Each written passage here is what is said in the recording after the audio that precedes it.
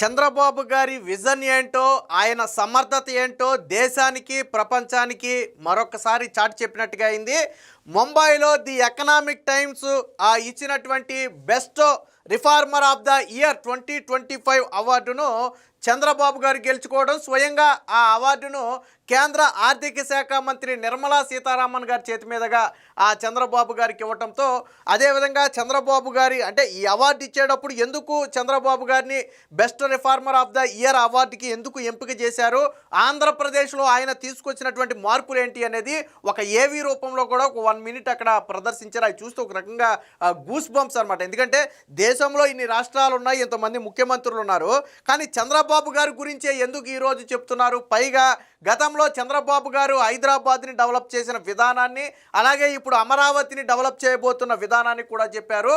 దేశంలో ఏ రాష్ట్రానికి రానన్ని పెట్టుబడులు గత 18 నెలల్లో ఆంధ్రప్రదేశ్కు వచ్చాయి అంటే అది చంద్రబాబు గారి క్రెడిట్ అని చెప్పి ఆ ఏవీలో ప్రదర్శించడం అనేది తెలుగు వాళ్ళందరం కూడా గర్వించాలి. ఎందుకంటే చంద్రబాబు గారి లాంటి వ్యక్తిని ఈరోజు ఆంధ్రప్రదేశ్ ప్రజలు ఎన్నుకున్నారు కాబట్టే అంత క్రెడిట్ సాధించగలిగారు.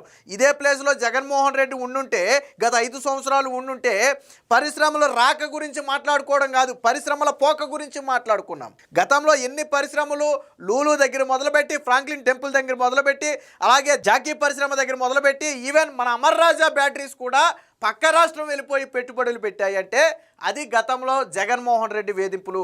కానీ ఈరోజు వెళ్ళిపోయిన పరిశ్రమలను ఒప్పించి రప్పించడమే కాకుండా ప్రపంచ దిగ్గజ పరిశ్రమలన్నీ కూడా ఆంధ్రప్రదేశ్ వైపు చూస్తున్నాయి అంటే అది చంద్రబాబు గారి చిత్తశుద్ధి, అది చంద్రబాబు గారి vision. Is of doing business ప్లేస్లో స్పీడ్ ఆఫ్ డూయింగ్ బిజినెస్ తీసుకొచ్చి 6 నెలలు తిరగకుండానే భారీ పరిశ్రమలకు అనుమతులు ఇవ్వడంతో పాటు శంకుస్థాపన కార్యక్రమాల్లో కూడా చంద్రబాబు గారు పాల్గొంటున్నారు అంటే అది ఆంధ్రప్రదేశ్ గొప్పతనం. సో ఈ అవార్డు గెలుచుకున్న సందర్భంగా కూడా చంద్రబాబు గారు మళ్ళీ ఒకటే మాట చెప్పారు, నాకు ఈ అవార్డు రావడం సంతోషంగా ఉంది, దీనికంటే సంతోషం ఏంటంటే ఆంధ్రప్రదేశ్కి మరిన్ని పెట్టుబడులు వస్తే నాకు ఇంకా సంతోషం, బహుశా ఈ అవార్డు మరికొన్ని పెట్టుబడులను కూడా తెచ్చిపెట్టవచ్చు. ఇదే వేదిక మీద నుంచి నేను మళ్ళీ పారిశ్రామికవేత్తలకు పిలుపునిస్తున్నాను, ఆంధ్రప్రదేశ్లో పెట్టుబడులు పెట్టడానికి ఇదే సరైన సమయం. మీరు ఎవరి దగ్గర చేతులు చాచకుండా ఆంధ్రప్రదేశ్ ప్రభుత్వం మీకు అన్ని అనుమతులు కల్పించడంతో పాటు కావాల్సిన సౌకర్యాలు కల్పిస్తుంది, దానికి నాది హామీ అని చెప్పి మళ్ళీ అదే వేదిక మీదుగా చంద్రబాబు గారు అయితే ఆ విజ్ఞప్తి అయితే చేయడం జరిగింది. మొత్తంగా ఆ దేశంలోని ఏ నేతకు దక్కని ఒక అరుదైన గౌరవం చంద్రబాబు గారికి అయితే దక్కింది. చంద్రబాబు గారు కూడా పాపం ఆయన కళల్లో ఆ సంతోషం, ఆ అవార్డు తీసుకునే సమయంలో ఆయన కళలో సంతోషం చూడాలి. ఎందుకంటే ఆయన పడిన కష్టానికి ప్రతిఫలం అది. సరే, అవార్డులు చంద్రబాబు గారికి కొత్త ఏమి కాకపోవచ్చు, కానీ ఈ 18 నెలల్లో అంటే రాక్షస పాలన నుంచి బయటకు వచ్చిన తర్వాత రాష్ట్రాన్ని గాడిలో పెట్టడానికి కొద్ది సమయం పట్టింది. సో ఈ 18 నెలలు 20 నెలల్లో చంద్రబాబు గారు పడిన కష్టానికి ఈరోజు ప్రతిఫలం దక్కిందన్నట్టుగా చంద్రబాబు గారు కొంత ఆనందాన్ని కూడా వ్యక్తం చేశారు. దీనికి సంబంధించి ఒక చిన్న వీడియో కూడా ఉంది, ఒకసారి ప్లే చేసి చూపిస్తాను నేను. సో ఈ వేదిక మీద దేశంలోని అనేక మంది ప్రముఖులు ప్రపంచవ్యాప్తంగా కూడా ఈ కార్యక్రమాన్ని వీక్షిస్తున్నారు. ఇది ఎకనామిక్ టైమ్స్ అనేది చిన్నదేమీ కాదు. సో అది ఇచ్చినటువంటి దాని ఆధ్వర్యంలో జరిగినటువంటి కార్యక్రమంలో చంద్రబాబు గారికి ఈ అవార్డు అయితే వచ్చింది. సో చంద్రబాబు గారికి అవార్డు ఇచ్చే సందర్భంగా చంద్రబాబు గారి గురించి, ఆయన విజన్ గురించి చెప్పారు. సాధారణంగా ఇప్పుడు మీరో నేనో చెప్పామనుకోండి చంద్రబాబు గారి విజన్ గురించి, వైసీపీ వాళ్ళు ఏమంటారంటే వీళ్ళు భజన చేస్తున్నారని చెప్పి పచ్చ పార్టీ అని ఒక ముద్రేస్తారు. కానీ ఈరోజు చంద్రబాబు గారి గురించి పొగిడేది మన రాష్ట్రం వాళ్ళు కాదు, మన భాష వాళ్ళు అంతకంటే కాదు. దేశంలోనే మేధావులుగా ఉండి, దేశంలోనే అత్యంత పలుకుబడిగా ఉండి ది ఎకనామిక్ టైమ్స్ లాంటి ప్రతిష్టాత్మకమైనటువంటి సంస్థలే ఈరోజు చంద్రబాబు గారి గొప్పతనం గురించి చెప్పాయి. ఒకసారి వాళ్ళు ఏం చెప్పారు ఒకసారి ఒక 1 మినిట్.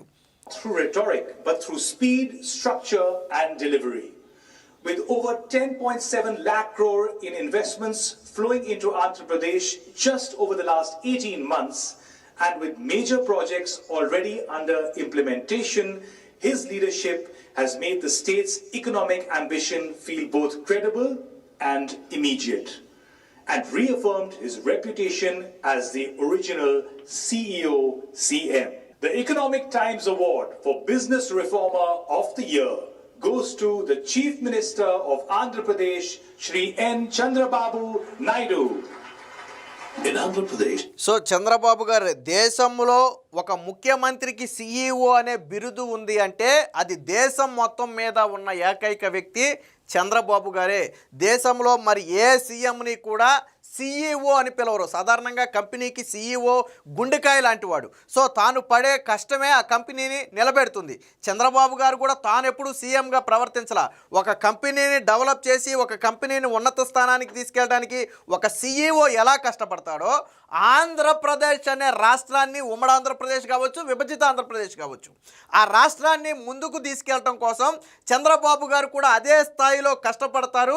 ఒక కంపెనీకి సీఈఓ పనిచేసినట్టే నిరంతరం ఆయన ఆ పని చేస్తారని ఆ సీఈఓ అనే బిరుదును చంద్రబాబు గారికి ఇచ్చారు. ఈరోజు వేదిక మీద కూడా ఆ ఒరిజినల్ సీఈఓ ఆంధ్రప్రదేశ్ సీఎం అని చెప్పి వాళ్ళు మెన్షన్ చేశారు. అంటే ఖచ్చితంగా మనందరికి గర్వకారణం. మొన్న 2024లో ప్రజలు వేసిన ఓటు వృధా కాలేదు. మొన్న అంటే ఒక దశలో ప్రజలు జగన్మోహన్ రెడ్డి లాంటి వ్యక్తిని నమ్మి మోసపోయినప్పటికీ కూడా వెంటనే తేరుకుని జరిగిన నష్టానికి కవర్ చేయడానికి ఈరోజు చంద్రబాబు గారికి పగ్గాలు ఇచ్చారు. చంద్రబాబు గారు ఇచ్చిన మాటను నిలబెట్టుకుంటూ ఈ రాష్ట్రాన్ని అభివృద్ధి పదంలో దాదాపుగా 10 లక్షల కోట్ల రూపాయల పెట్టుబడులు లాస్ట్ 18 monthsలో వచ్చాయని వాళ్ళు చెప్తున్నారు. అంటే దేశంలో మరి ఏ రాష్ట్రానికి రాలేదు. ఇన్ని లక్షల కోట్ల పెట్టుబడులు ఏ రాష్ట్రానికి రాలేదు. మీరు భూతద్దం పెట్టి వెతికినా ఏ రాష్ట్రానికి రాలేదు. ఈరోజు దేశమే కాదు ప్రపంచమే ఆంధ్రప్రదేశ్ వైపు ఎందుకు చూస్తుందంటే ఒక రాష్ట్రంలో ఇన్ని లక్షల కోట్ల పెట్టుబడుల, అది కూడా నెలల వ్యవధిలోనే. How it possible? ఏం జరుగుతుంది ఆంధ్రప్రదేశ్లో? ఎవరున్నారు అక్కడ? ఎందుకు అన్ని పెట్టుబడులు వస్తున్నాయని ఈరోజు అందరూ చంద్రబాబు గారి గురించి ఆరాధించే పరిస్థితి ప్రపంచవ్యాప్తంగా వచ్చిందంటే అది చంద్రబాబు గారి గొప్పదనం. ఒక 1 minute ఏవి ఉంటుంది ఒకసారి చూడండి.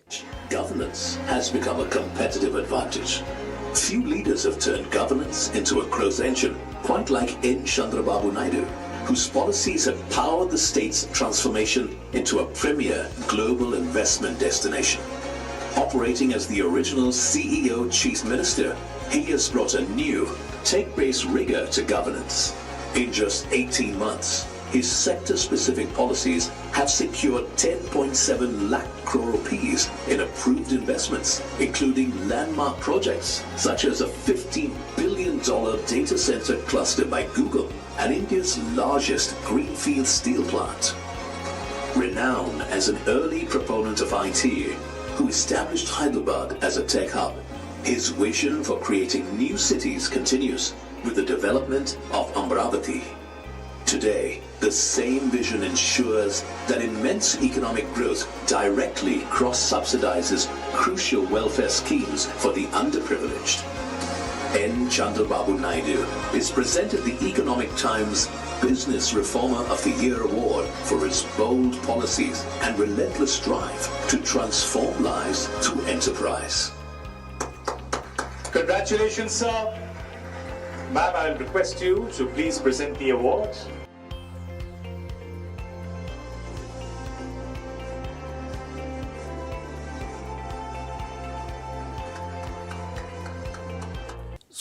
సో చంద్రబాబు గారి గురించి వేసినటువంటి ఒక 1 minute వీడియోలో చంద్రబాబు గారు అంటే ఏంటి, ఆయన విజన్ అంటే ఏంటి అనేది ఆ ఏవీలో చూపించారు. ఇదేమి మనం తయారు చేసింది కాదు, మనం వేసింది కాదు.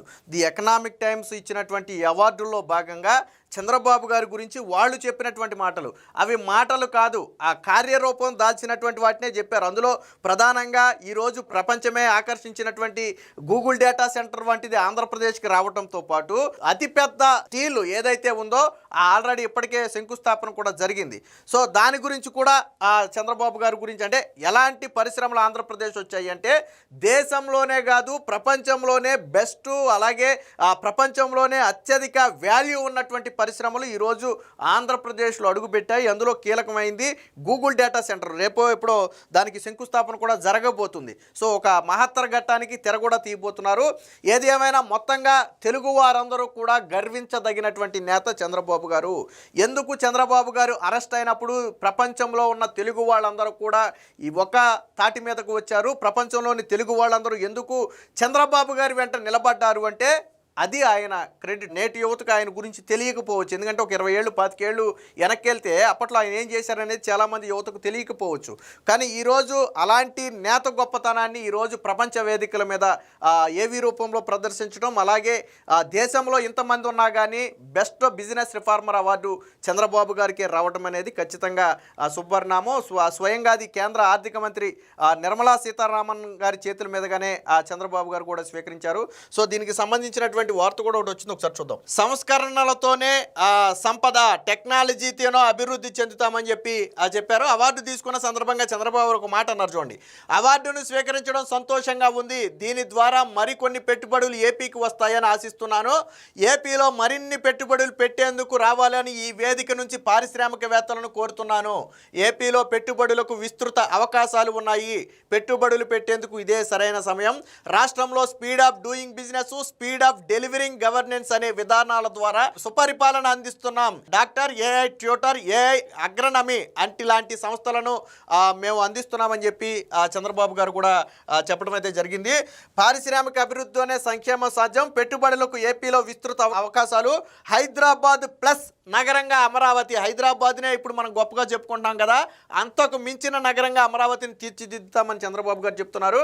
మహిళలు సంకల్పిస్తే బిల్లు అమలవుతుంది. ముంబై ఎకనామిక్ టైమ్స్ కార్యక్రమంలో సీఎం ప్రధానిని రిఫార్మర్, పర్ఫార్మర్, విన్నర్ అని వ్యాఖ్య. బెస్ట్ రిఫార్మర్ ఆఫ్ ద ఇయర్గా చంద్రబాబు, అవార్డును అందించిన నిర్మలా సీతారామన్ అని చెప్పి ఒక వ్యాఖ్య కూడా రావడం. అదే చంద్రబాబు గారికి అవార్డు వచ్చిన తర్వాత కూడా ఆ అవార్డు మరికొన్ని పెట్టుబడులు ఏపీకి తీసుకువస్తే నాకు సంతోషమని ఆయన చెప్పారు. అంటే పెట్టుబడుల పట్ల ఆయనకున్న చిత్తశుద్ధి కావచ్చు, యువతకు ఉపాధి అవకాశాలు కల్పించడం మీద ఆయనకున్న చిత్తశుద్ధి కావచ్చు, రాష్ట్రాన్ని ఆర్థికంగా అభివృద్ధి చేయడం మీద ఆయనకున్న చిత్తశుద్ధి కావచ్చు, ఇది ఒక నిదర్శనంగా చెప్పుకోవచ్చు. మొత్తంగా చంద్రబాబు గారికి బెస్ట్ బిజినెస్ రిఫార్మర్ అవార్డు అనేది రావటం అనేది ఖచ్చితంగా తెలుగు వాళ్ళు, ముఖ్యంగా ఆంధ్రప్రదేశ్ ప్రజలందరూ కూడా గర్వించదగిన విషయం.